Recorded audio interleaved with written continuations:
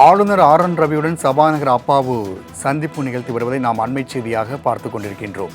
மேலும் கூடுதல் விமர்சனம் நந்தினி வழங்க கேட்கலாம். நந்தினி, தற்போது ஆளுநரோடு சபாநாயகர் அப்பாவு குறித்து இந்த சந்திப்பு குறித்தான கூடுதல் விவரங்களை பதிவு செய்யலாம்.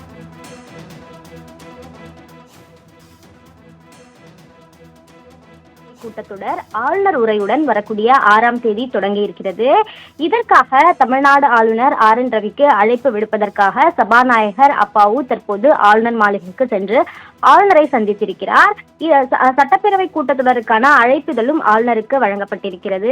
குறிப்பாக ஒவ்வொரு ஆண்டும் சட்டப்பேரவையினுடைய முதல் கூட்டத்தொடர் ஆளுநர் உரையுடன் தொடங்குவது வழக்கம். அந்த வகையில்தான் இந்த ஆண்டிற்கான முதல் சட்டப்பேரவை கூட்டத்தொடர் வரக்கூடிய 6ஆம் தேதி ஆளுநர் உரையுடன் தொடங்க இருக்கிறது. குறிப்பாக பார்த்தோம் என்றால் கடந்த ஆண்டை பொறுத்தவரையில் பார்த்தோம் என்றால் தமிழ்நாடு ஆளுநர் தேசிய கீதத்தை புறக்கணித்தும் அவையிலிருந்து வெளிநடப்பு செய்திருந்தார். இந்த நிலையில் இந்த ஆண்டிற்கான சட்டப்பேரவை கூட்டத்தொடருக்கான தேதி அறிவிக்கப்பட்டிருக்கக்கூடிய நிலையில் இந்த ஆண்டு முழுமையாக தன்னுடைய உரையை அவர் படிப்பாரா என்ற ஒரு எதிர்பார்ப்பும் எழுந்திருக்கிறது. குறிப்பாக இந்த சட்டப்பேரவை கூட்டத்தொடரை பொறுத்தவரையில் பார்த்தோம் என்றால் கடந்த 3 ஆண்டுகளாகவே தமிழ்நாடு ஆளுநர் ஆர் என் ரவி தனது உரையை படிக்காமல் புறக்கணிப்பு செய்திருக்கக்கூடிய நிலையில் இந்த ஆண்டு முழுமையான உரையை படிப்பதற்கான வாய்ப்புகள் இருக்கிறதா என்ற ஒரு எதிர்பார்ப்பும் எழுந்திருக்கிறது. மேலும் தமிழகத்தில் சட்டம் ஒழுங்கு சரியில்லை என்றும் பெரியார் பெயரை புறக்கணித்தும் கடந்த ஆண்டு படித்திருந்தார்.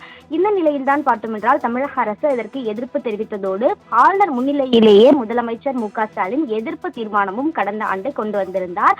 இந்த நிலையில்தான் பார்த்தோம் என்றால் இந்த ஆண்டிற்கான சட்டப்பேரவை கூட்டத்தொடர் 6ஆம் தேதி தொடங்க இருக்கக்கூடிய நிலையில் தமிழ்நாடு ஆளுநருக்கு முறையாக அழைப்பு விடுக்கக்கூடிய வகையில் சபாநாயகர் அப்பாவு தற்போது ஆளுநரை சந்தித்திருக்கிறார். சென்னை கிண்டியில் இருக்கக்கூடிய ஆளுநர் மாளிகையில் இந்த சந்திப்பானது நடைபெற்றிருக்கிறது. குறிப்பாக 6ஆம் தேதி சட்டப்பேரவை கூட்டத்தொடர் தொடங்கி இருக்கக்கூடிய நிலையில் ஆளுநர் உரையை படிப்பதற்கான அழைப்பு என்பது தமிழ்நாடு ஆளுநர் ஆர் என் ரவிக்கு வழங்கப்பட்டிருப்பது குறிப்பிடத்தக்கது. நந்தினி, தகவலுக்கு நன்றி.